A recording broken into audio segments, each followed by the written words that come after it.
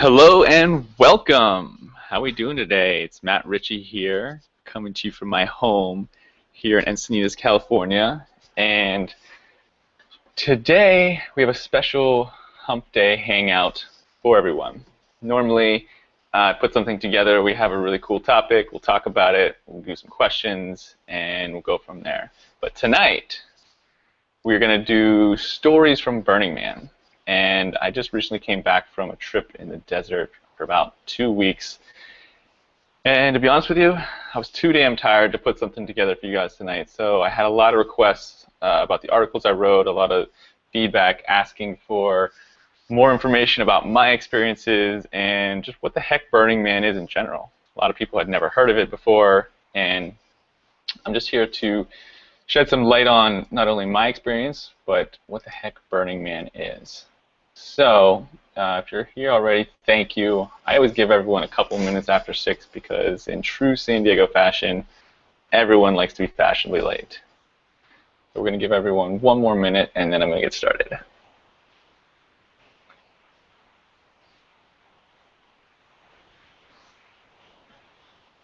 So if you're here now, let's see, put the chat box.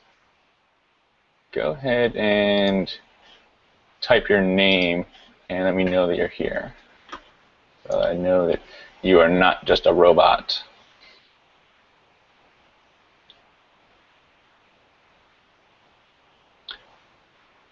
All right. Good, good. Good to see you guys here. All right, it's 6:02. I'm ready to go. Everyone else can join whenever they get here. So, just to start off, my name is Matt Ritchie, lifestyle architect, and as a world traveler and a lover of life, I love, love, love having new, unique experiences. And when I had the opportunity to attend Burning Man this year, I really was excited because this was a new experience and also an extremely unique experience. The essence of Burning Man is 70,000 people gathered together in the middle of the desert, 2.5 hours away from civilization, and they create their own city for 1 week.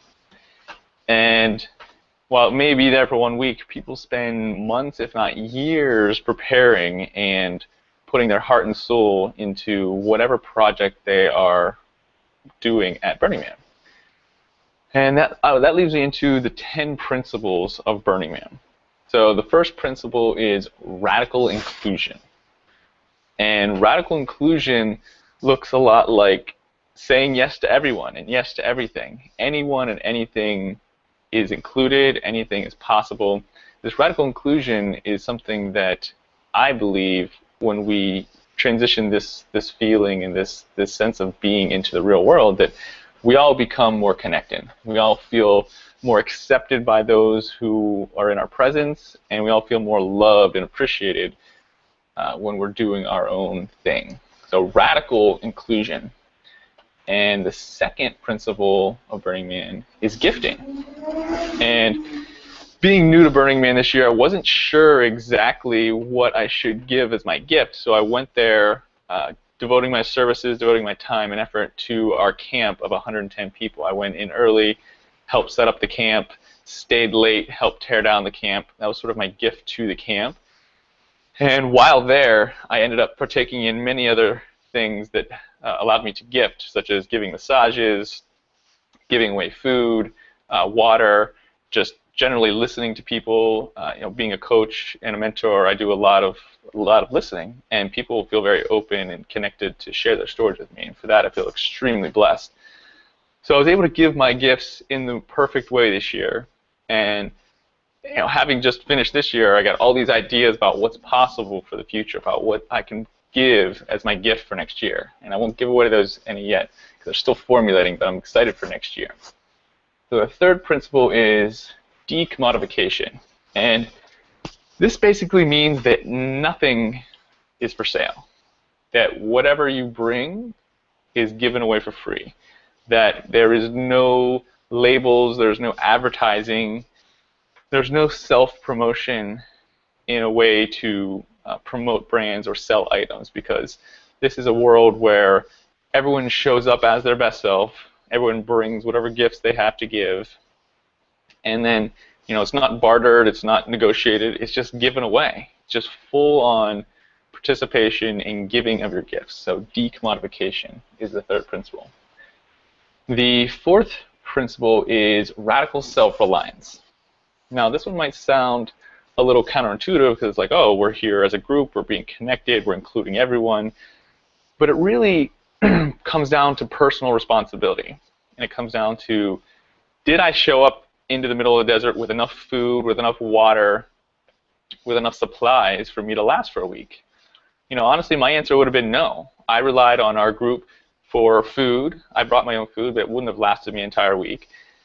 I definitely relied on our group for water. I brought enough water for about 2 days. And this radical self-reliance lets you look inside yourself for the answers first before going externally. So instead of always having someone bail you out, instead of always looking externally, the radical self-reliance really allows you to go within first. The fifth principle of Burning Man is radical self-expression. And this is probably one of the most celebrated principles on the playa. Everywhere you go, you see people fully expressed. They are wearing tutus, they're wearing spandex, they're wearing whatever it is that they feel called to wear in that moment. And not only that, they're free to be whoever they are. In the default world, as they call it, certain people will put themselves aside in order to be a certain way, to have a certain job, or to impress certain people. And on the playa, those roles just don't exist. The roles of radical self-inclusion and radical self-expression are extremely encouraged. So they want you to be yourself. They want you to express yourself in whatever way that you see fit. So whether that be taking all year and designing an art car and driving people around the playa, whether that be running naked through the playa and just feeling the sun in places you've never felt the sun before. Whatever you feel called to do, whatever that radical self-expression comes to you in that year, in that moment, be it. Do it. And as long as you're not infringing on other people's human rights, then feel free to express yourself in whatever way you feel fit. The sixth principle is communal effort. And I spoke into this briefly because this is one of the ones that really connected with me, is coming together in community for the purpose of something greater. Coming together to create something larger than yourself, something that can be enjoyed by more people than just yourself. So this effort of community. We got there 3 to 4 days early, set up camp. We set up 2 large geodesic domes. We set up a 100-foot shade structure. We had a kitchen. We had a chill area. We had all these amazing things, but it wouldn't have been possible if I had to do it myself. It wouldn't have been possible if someone else had to do it themselves. It was only possible through the effort of community. So this communal effort is really one of the main drivers of Burning Man from the beginning. And a lot of people I've talked to have been tainted by the now plug-and-play camps where people pay $25,000. They show up on Thursday or Friday. They have their own Segway. They have their own air-conditioned tent. They have their own food and bar and alcohol and everything provided for them. And there's nothing wrong with that. If that's the Burning Man experience you want to have, go for it. But this being my first year, I absolutely wanted to see what it really took to create a camp. See what it took to be there from the beginning, putting everything up, till the takedown at the very end. And I am forever humbled after going through that experience, because the effort it took was really astonishing to me. We spent many hours, many more than I even thought, setting up and taking down. And our camp was fairly small. We had 110 people. I'd say it was medium-sized. There was many other camps that had hundreds, if not maybe 1,000 people, that had crazy works of art, that had these amazing gifts to give. And knowing what it took to build our camp, I'm extremely humbled knowing what they had to do and the time and effort they put in to create theirs. The eighth principle, or the seventh principle, is civic responsibility. And I wasn't really sure when I looked at this one at first, so I'm just going to read what it says. It says, we value civic society. Community members who organize events should assume responsibility for public welfare and endeavor to communicate civic responsibilities to participants. They also must assume responsibility for conducting events in accordance with local, state, and federal laws. So basically, it just means that you're going to be, not only personally responsible, but responsible for the entire group of people in which you are participating in. So if you're building an art car, it's not going to collapse and kill everyone. If you're putting on a fire show, it's not going to get out of control and set everything on fire. Basic civic responsibility. And one of my favorite ones, and one of the ones that Burning Man seems to be known for, is leave no trace. Leave no trace that you were there. So while there, I was actually ahead of the division, the program called MOOP, which is Matter Out of Place. And MOOP around the playa is like a big no-no. And I was super shocked by how enforced people hold themselves to this. And by the end, or by the middle of Burning Man, how much I held myself to it. Because getting there, I knew that was sort of the thing, but I didn't realize how much people really stuck to that. And I remember the one night specifically, I had this this one night out, and I was really thirsty because, of course, we're in the middle of the desert, we're dancing and hot, and someone offered me gum. So I was like, oh, that sounds good, gum. 10 minutes later, of course, I'm like, oh, I don't even want this gum anymore.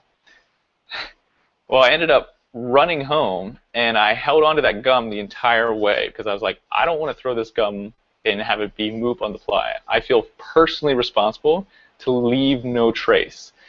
And I think overall, as a whole, the group of 70,000 people does a really amazing job of holding to that.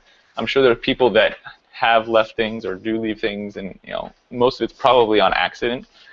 But in general, it's pretty amazing how 70,000 people could come together, create a city, and then leave and really have no trace that they were even there. So the eighth principle is participation. It's participation, and this is a good one. So participation basically just means that you are entering into an event that is going to require you to take action. This isn't a concert where you're just going to sit back, and enjoy the show. Not that you couldn't.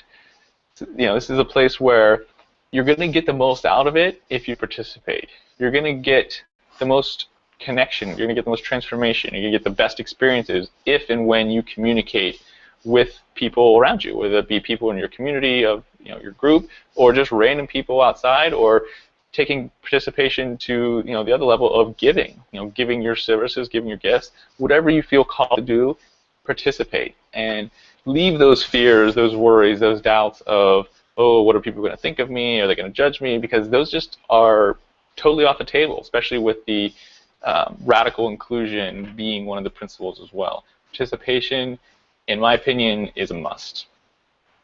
And the last and final principle of Burning Man is immediacy. And this is one that I didn't really know what to expect going into Burning Man, but now having experienced it, I fully grasp what they mean when they say immediacy. So I teach law of attraction, I teach things around manifestation, and immediacy is one of those things that fits right in line with that. So the Burning Man people have figured out that the channel of giving and receiving of energy is the same portal. So when people are constantly giving of their talents, giving their gifts, just giving of their time and energy, that opens up that portal and clears space for them to receive new energy, to receive whatever gifts, whatever talents that other people have, to receive whatever it is they want to manifest. And this happens at a really fast pace. This happens almost instantaneous sometimes.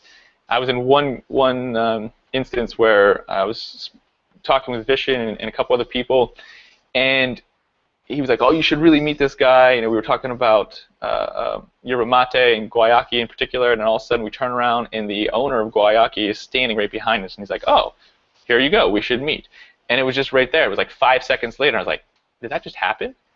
And numerous other times, one of the very first nights there, actually the night that I had the gum in my hand when I was running across the playa heading home, I was so thirsty, and just in the middle of the desert was a bike with a gallon jug of water that said, drink me, with a smile. And I was like, wow, was like, the playa provides. So that's one of the things that have come out that I hear people say all the time. Oh, the playa will provide. And whatever it is that you desire, whatever it is that you're truly in alignment with, and when we talk about manifestation, you have to truly be in alignment with it and be vibrating at that level to attract that in. Whenever you truly get in that alignment, and you're in the state of giving, and everyone else who's in the state of giving and receiving, that flow of energy you just gets sped up so quickly, and you just pull in whatever experiences you want to have. So this immediacy that you don't have to wait, you don't have to sign up for something and wait, or you don't have to call it in a week or in a year, or wait on that thing. It's just almost immediate. Whatever you want can be had here and now. So those are the 10 basic principles of Burning Man. You have radical inclusion, gifting, decommodification, radical self-alliance, radical self-expression, communal effort, civic responsibility, leaving no trace, participation, and immediacy. So knowing those 10 principles, for me, one of the biggest breakthroughs came when when I started receiving gifts, when I started just receiving love and started just receiving all the things that people were giving 24 hours a day, that entire 10 days of me being there. Whether it have been water when I was thirsty or food when I was hungry, it really opened up my heart to receiving, because I'm a very giving person, and sometimes I feel a little bit of a resistance when it comes to receiving. Maybe it's a thing around unworthiness, maybe it's I don't feel like I deserve it, whatever it is. At the playa, it was almost like I didn't have to do anything to receive it. I didn't have to put out X amount of energy or worthiness to receive. It was just given unconditionally. And having that mind space, having that consciousness around just giving, allowed me to just receive and not have any preconceived notions of, oh, I didn't earn this, I'm not worthy of this, someone else should have this, whatever it is. I really got opened up to receiving all things: food, water, love, hugs, everything. So this notion of receiving really, really hit me pretty hard. One of my other huge breakthroughs from the playa was not showering. And when I put that, basically being dirty and being okay with it. When I first got there on Saturday, I worked hard Saturday, Sunday, Monday, and I decided, oh, I need to get a shower. So I got a shower Monday night, and I went all week. And on Friday, I was thinking, I'm feeling pretty dirty. I want to shower. And in that moment, no kidding that I thought that, I went out and I started dancing with people right at sunset. The sun was setting. It was beautiful. And all of a sudden, this big dust storm whips up, and we were dancing in the dust. And all of a sudden, everyone looked a little more beautiful. Everyone looked just majestic, because they were just putting out this amazing love, this amazing energy. I felt so connected in that moment. And all of a sudden, the dust didn't matter. It didn't matter that I was dirty. It didn't matter that I wanted to be clean 5 minutes earlier. All that mattered was here and now. And I realized that I felt this sense of relief, this sense of surrender to the dust, the sense of, I'm okay being dirty, because I'm a pretty clean person. I'm a very, I like to be clean. I like to keep my areas clean. And I really had to just surrender that. And I know if you're listening, Ben, we had a pretty interesting camp set up, because our trailer was pretty dirty inside. And for me, that was a huge lesson in surrender. So Ben and Sophie, if you're listening, thank you for helping me learn this lesson and really surrender to being okay with being dirty. And I don't know how that's going to change me moving forward, but it definitely helped me in that moment, helped me let go of the stress, be present, and just absolutely love the dust, because we're in the middle of the desert, and you're going to get dusty again anyway. So I figured after 10 minutes of showering, I'd automatically move back to dirty, and I would have wasted time that I could have spent connecting with people or doing something else on the playa. This is a big one. So a lot of people I spoke to at Burning Man were, had these plans. They had these Rolodex of, the book of what to do. And I felt this very this chaotic energy of missing out, like this fear of missing out, this FOMO, as we like to call it. And for me, it was really beautiful to acknowledge that energy, and then early on make the commitment and just make the dedication that I'm just going to be present wherever I'm at with whoever I'm with, and not worry about what's going on. 70,000 people in the middle of the desert. I can only be around so many. I can only experience so many things. I was there for a full 10 days, slept 4 hours a night, did everything, whatever, and I saw probably less than 5% of everything that you could see. So this fear that you're going to miss out on something better, that you want to be somewhere because you want to meet up with someone. I didn't have a phone for 10 days. I couldn't communicate. The only way of communication was running into people, was connecting with people in this moment and then making a decision. Like, okay, we'll meet back here in 10 minutes and then we'll go. Or let's go now. Whatever that was. I really got rid of that fear that I was missing out on something greater, because I knew there was amazing things going on. But I knew my journey and the universe would provide whatever I needed along my journey to have an amazing time, have the most transformation, and connect with the best people and the right people that I was supposed to connect with. And I had an amazing 10 days. I wouldn't have done it any differently. Maybe next year I'll plan and do a few workshops or a few different things. But in general, for a first timer, if you've never been to Burning Man, go with no plan and plan to do whatever comes to you in that moment. Because how often in this world do we ever get to just do what we want? There's all these schedules, we have time periods, people get off at a certain time, we're meeting up, I'm texting, we're in, our minds are in different places. How often are we really present? And how often are we really connected with what we really want to do right now with the people around us? It's a pretty rare feat, and I pride myself in being a pretty present person. But if we could really just disconnect from those external sources and be more present in wherever we're at and whatever we're doing, I think that we could have better connection in the present moment and deeper love and deeper appreciation for the people we're spending with.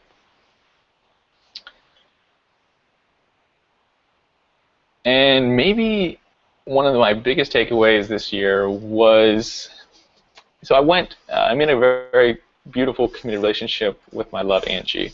And going to Burning Man alone, without her, raised some concerns for me. I was like, well, I've never been to Burning Man. I've heard all these crazy stories, lots of sex, they got the orgy dome, they have all these crazy things that I was just like, of course I want to experience them on some level, but how can I do that, or how can I be in integrity going to Burning Man without my partner?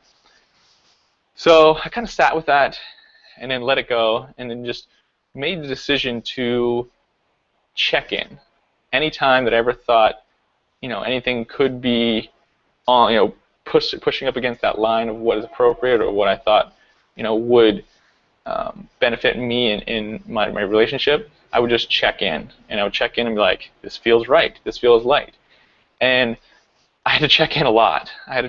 Because there's plenty of opportunities to do anything you want, whether it be to visit the orgy dome, whether it be to make out with a random stranger, or whatever that is. There's just so many opportunities that you really have to be in integrity with yourself first to know that whatever it is you're doing, whatever it is you're feeling, is in alignment. And I thought it was really, for me, it was a great check of my personal power, my personal integrity to not only have fun, have an amazing time, connect with people on a really deep level, especially connect with a lot of women on a really deep level, and still be in complete integrity with myself and my relationship. And that, for me, was just a huge strengthening factor. And I was rewarded tremendously when I came home and just felt the magnetic energy with Angie, because it had been about 2 weeks since we had seen each other. And we were dating for about 3.5, never spent 2 weeks apart. So I believe the universe always leads us in the direction we're supposed to go, and I felt divine guidance from God, universe, whatever you want to call it, during my time there, that not only was everything happening for my maximum advantage, but that Angie was having the experiences that she needed to have during that time to be her best self and, learn the lessons, have the transformations that she had, or that she needed to have for us to have an amazing, beautiful, open, transparent relationship. So the personal power check was an amazing, amazing thing that I really learned on the playa. So I realize it's already 6:24. Time flies when we're having fun. I wanted to open this up for any questions that people had. If you are listening and hearing my voice right now, what questions do you have about Burning Man? What questions do you have for me specifically? Anything in particular, I'm open to answer any and all questions.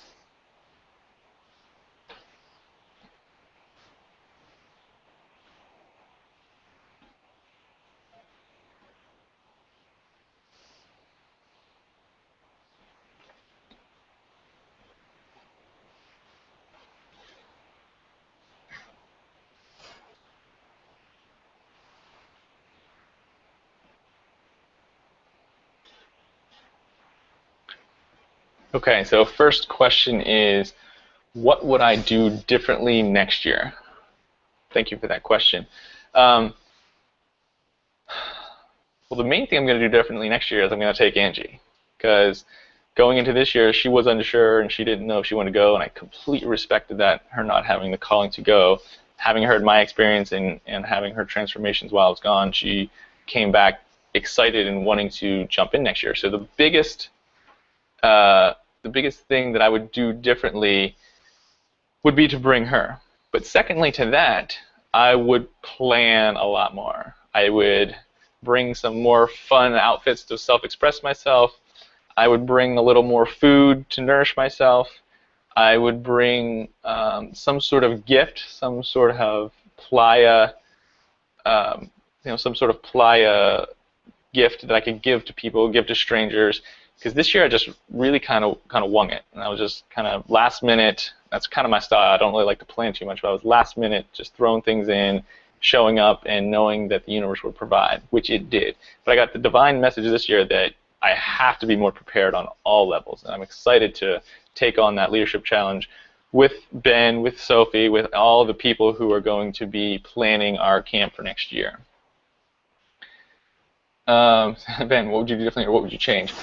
So I wouldn't change a thing, to be honest with you. I mean, I went through the entire week, had some amazing experiences, didn't have anything catastrophic happen, and I was like, whoa, I wish I wouldn't have done that. Had amazing connections. Probably the only thing I would change, and I'm just going to put this out there since you guys are on here, Ben and Sophie, after we left Burning Man, I was really tired. I was really kind of just not in a good headspace. I missed Angie. I was really in a space of wanting to be home, living by the ocean. I really was like craving this connection for water. And I was supposed to drive back, and everyone in my camper was not from here. They were from other parts of the world. They were kind of exploring, doing their thing. And in that moment, I just felt like I was going to be holding them back from doing that, because I really just wanted to come like straight home, and I didn't want to hold them back from doing that. So I made a rash decision to jump on a plane and fly home right away, and that I regret, because I left people behind. I left Ben, I left Sophie, and Miguel, and Philippe. So my apologies to you guys if you're listening. I love you guys very much. Know that I'll make it up to you in some way going forward, but that would be the only thing that I said I regret from this year. Did I learn anything new about myself? Great question. Great question. Yes. And the main thing that I would say that I learned new about myself was really renewed my love for people. And not only people, but people that I don't know. Random strangers that I'd never met. Going up to people and hugging them. Going up to people and just having conversations. Seeing people naked that I don't know. This really kind of took me out of my comfort zone when it came to connecting with random strangers. And it really just renewed my sense of love for people. And it was just this beautiful feeling that I felt like I opened up more and more. My heart just kind of kept getting more and more open. And that was a beautiful thing, because I believe that if we can open up and we can connect with people on that deep level, people we don't know, people we have differences, people that maybe look weird, people that I thought, I had just random self-judgments about, if we can really open up and connect with those people, what else is possible? What is possible in our world if we can do that? And it's my belief that there's really infinite possibilities if that's possible. Thank you for that question. Which is the best way to plan the logistics of attending Burning Man next year? So, if you don't have a camp, if you don't know anyone who has a camp to go in, find one. Because if you're going as a first timer, I didn't go by myself. You could certainly do that route and go and just pitch a tent and take enough food and water for yourself. But it's going to be tough. It's going to be very primal. It's going to be very, camping is a light way to put it, because you're in the middle of the desert. There's no wood to gather for a fire to stay warm. You have to bring everything. Not only do you have to bring everything in, but you have to take everything out that you bring in. So any trash, any containers, anything you bring has to go back out. So I really love the idea of communal effort. So I would recommend finding a camp. Someone somewhere has a camp that you can tap into. And if not, there's tons of burner forums of people that have camps that you could probably join in with. But I would recommend, there's tons of checklists out there, things you have to bring. I'm not going to go over all that basic stuff. But the logistics, I would say, give yourself a couple days before to travel and get in. We got in early to set up our camp, so we were lucky, but it takes, sometimes 12 hours to get in the event. So a couple days on the front end, and then a couple days, if not a week. It took me an entire week to fully, not even fully, but integrate enough and come back into myself and come back into my mind, my spirit, my body enough to be productive and be at a space where I know that I'm giving my clients and my people, the best of my energy.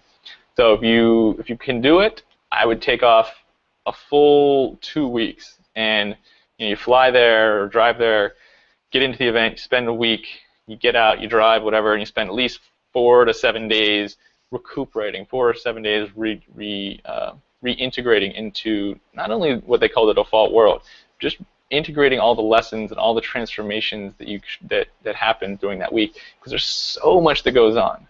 Not only are you dehydrated, not only are you experiencing new things for the first time, not only are you not sleeping probably in as good of a space, let alone as many hours as you normally do, but there's so much stimulation that your body kind of has to come out of that vibration, has to come back into, we'll call it a normal vibration, where everyone's not giving you free things, where there's not electronic dance music playing at 7 a.m., where there's not random things happening at all hours of the day. So to really integrate and get your bearings about you in the default world, I would leave time. Time is the only thing that I could see that can really do that, because in the last 7 days I slept double the amount in the last 7 days as I did in the previous 10. And not only that, I meditated 30 to 60 minutes every single day for the last week, just to really, really realign myself. And not only that, just be easy on yourself. Like for me, my first initial thought is I want to keep going. I want to get back into my groove, help my clients, start working, but it wasn't possible. I came to realize very early on that I needed to rest. And sometimes I have that voice inside my head everyone has, oh, be tough, be a man up, keep going. Don't listen to it. Connect with your intuition, connect with your body, and really listen to what it has to say, because it won't lead you wrong. Thank you for that question. It is 6:33, so I just want to hold myself accountable. I always say, these are not your normal hangouts. I'm not here to drag you on for an hour, 2 hours, and I want to keep you guys for as long as you want to stay. If you have any other questions, please throw them out there. Otherwise, I'm going to wrap up, and we're going to get going on our Wednesday evening.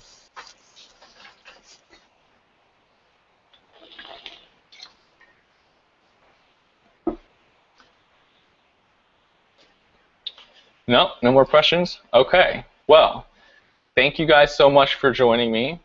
Hopefully this inspired you, gave a little insight into the essence of Burning Man, into the essence of what is possible. And if you don't plan on attending next year, maybe this just gave you a little bit of insight into what other people are doing in the world to make a difference, what other people are doing in the world to shift their experience, to give themselves a different perspective, to make the world a better place. I believe events like Burning Man exist because there's a calling for the greater good of people to connect and give into principles such as these. Are these the perfect 10 principles? Probably not. Do I have a better 10 at this moment? No. But it's really important to not only check in to, thank you guys, good to see you as well, Liz. Thank you, Armando. it's really important to check in and see what your personal evolution needs. If you feel called, even in the slightest bit, to attend Burning Man, get rid of that fear and do it. Because I had a lot of reservations, a lot of fears come up around why I should or shouldn't attend Burning Man. And I've had friends that have attended for years. And just this year, I came to the conclusion that I needed to experience this. Good, bad, or indifferent, I needed to experience Burning Man and see what it had to offer me. And I'm so glad that I did, because there were so many transformations, so many learning experiences, so much fun. We didn't really get to that. I mean, this place is a lot of fucking fun. There's just so much to do, so many great things that you can't experience anywhere else, at least not to my knowledge. Or you probably have to go all over the world and find all these random things, and they bring all these things into one event. It's really, there's something for everyone. There's kids camp, there's dancing all night, there's tons of nakedness, there's orgy domes, there's drugs, there's alcohol, there's whatever you want to manifest, it's there. So go in with an open palette, think about what kind of experience you want to have, and then throw away your watch, turn your phone off, and have the best week of your life. So have an amazing night. It was really great connecting with you guys. Be awesome, and I'll talk to you guys next week. Cheers.